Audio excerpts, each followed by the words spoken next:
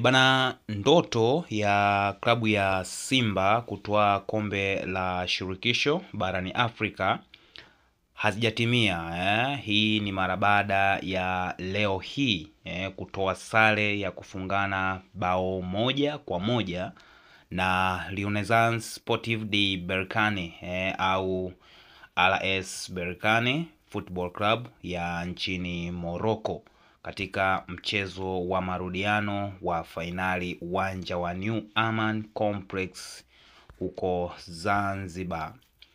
Matokeo hayo yanamaanisha RS Berkane wanatoa taji la CAF Confederation Cup kwa ushindi wa jumla ya magoli 3-1 kufuatia kushinda mabao 2-0 kwenye mchezo wa kwanza Jumapili iliyopita uwanja wa Manispo ya Berkane huko mjini Berkane. Katika mchezo wa leo, Simba walitangulia kwa bao la Mzambia Joshua Mutale, wengi wanamuita Budo, dakika ya 17 akimalizia pasi ya winga mwenzake Mkongomani Erim Panzu Kibisawara, ambaye kabla ya kiungo wa kimataifa wa Mali Somalia Sidibe kuisawazishia RC Berkane dakika ya 90 ikiwa ni ya nyongeza ya 3, so 90 plus. Huyu Somalia Sidibe alisawazishia RS Berkane na kuweka ubao ukasoma goli 1-1. Referee Dehane Beida wa Mauritania alimtoa kwa kadi nyekundu kiungo Yusuf Ali Kagoma dakika ya 50 kufuatia kuonyeshwa kadi ya pili ya njano.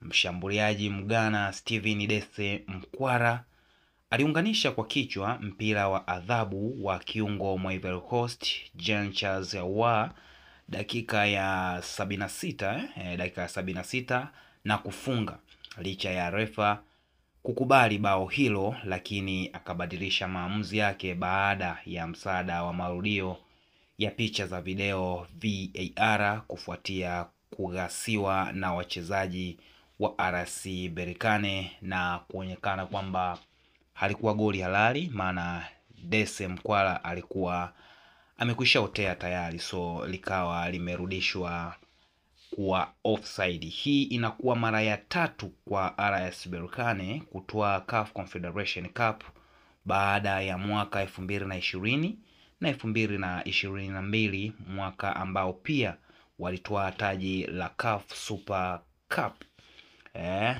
Kwa Simba Sport Club imekuwa mara ya pili sasa hivi wanamaliza nyumbani fainali za CAF na kushindwa kutoa taji baada ya mwaka 1993 pia kufungwa goli 2-0 na Stella Adjano ya Ivory Coast uwanja wa Taifa sasa Uhuru jijini Dar es Salaam, so kufuatia kutoa sare ya bila mabao awali jijini Abidjan. So hii Simba walitolewa pia kwa changamoto hiyo kwa kufungwa magoli 2 wakiwa nyumbani kwenye uwanja. So imekuwa ni bahati mbaya kidogo kwa Simba na imekuwa ni bahati mbaya kwa Tanzania kuendelea kupata matokeo ambayo sio mazuri kwa timu zetu za hapa Tanzania. Najua zinapambana sana angalau kuweza kuleta ushindi kwenye nchi yetu angalau wa mashindano haya ya CAF, lakini imekuwa ni ngumu sana kwa sababu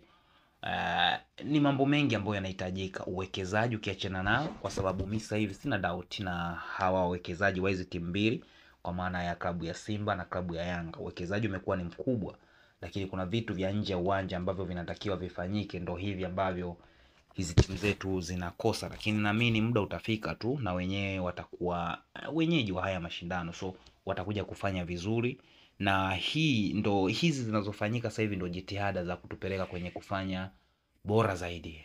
Kwa mechi ya leo ambayo Simba amecheza walikuwa beta sana, walikuwa wamedominate kila sehemu, yani waliwadominate Berkane kwa kila sehemu, kiasi kwamba Berkane alikuwa karibu sana kufungwa, japo mbinu za Waarabu zinaeleweka pale ambapo wanakuwa wanaongoza kwa matokeo.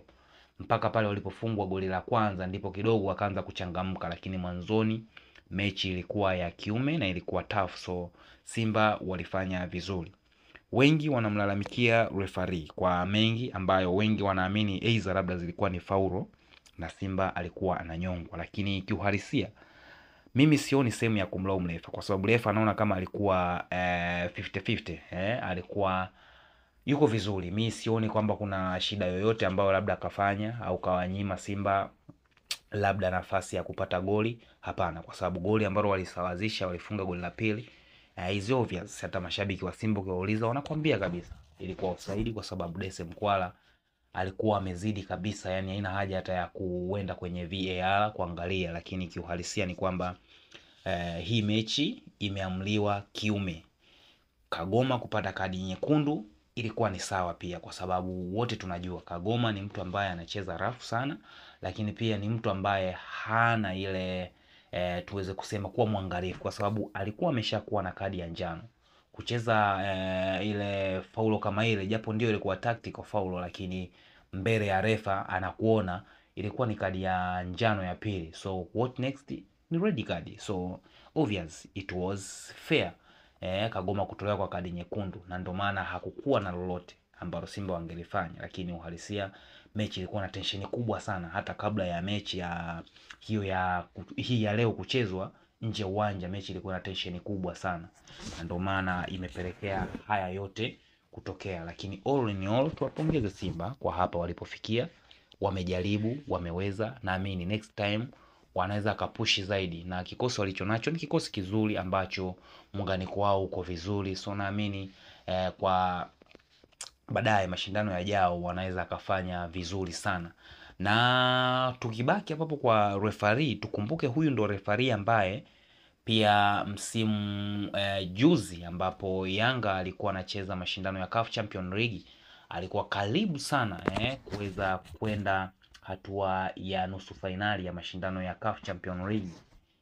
Mechi ya marudiano ambayo ilienda kuchezwa kule South Africa kati ya Yanga na Mamelodi Sundowns, ambapo Aziz Ki alifunga goli ambalo lilikuwa ni goli, lakini refa aligoma kabisa, alisema sio goli. Na huyu aliyechezesha leo ndo refa huyu ambaye alikataa hilo goli, na ndio maana wengi wanajaribu kukusanya hayo matukio na kuyaweka pamoja na kuona kama ni refa ambaye haipendi Tanzania au hazipendi timu za Tanzania.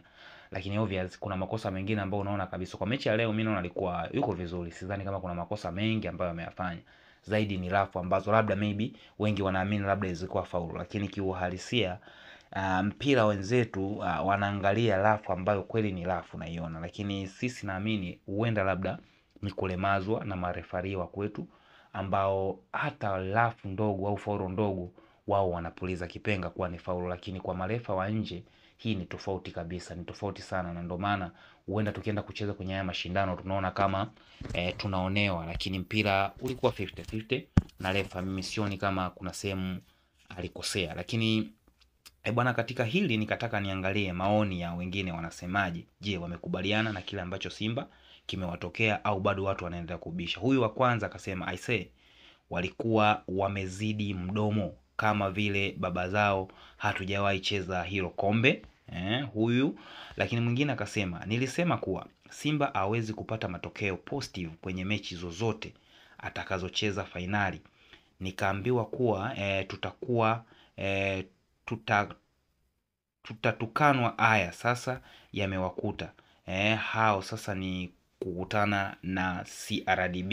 Okay, anazungumzia CRDB Federation Cup ambapo Yanga wao wapo finali wanawasubiri Simba. Lakini mwingine akasema sema wamefungwa, acha dana wameambulia sare, kuna sare hapo Lakini mwingine akasema hii inaitwa tukutane CRDB Federation Cup.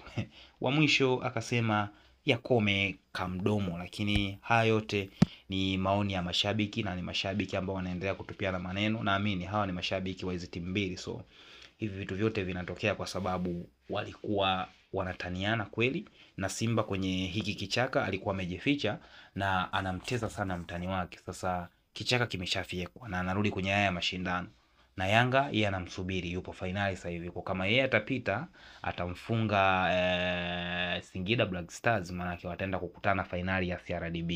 Ndo hichi ambacho kinazungumzwa hapa. So tutaona mechi nyingine ya watani wa jadi.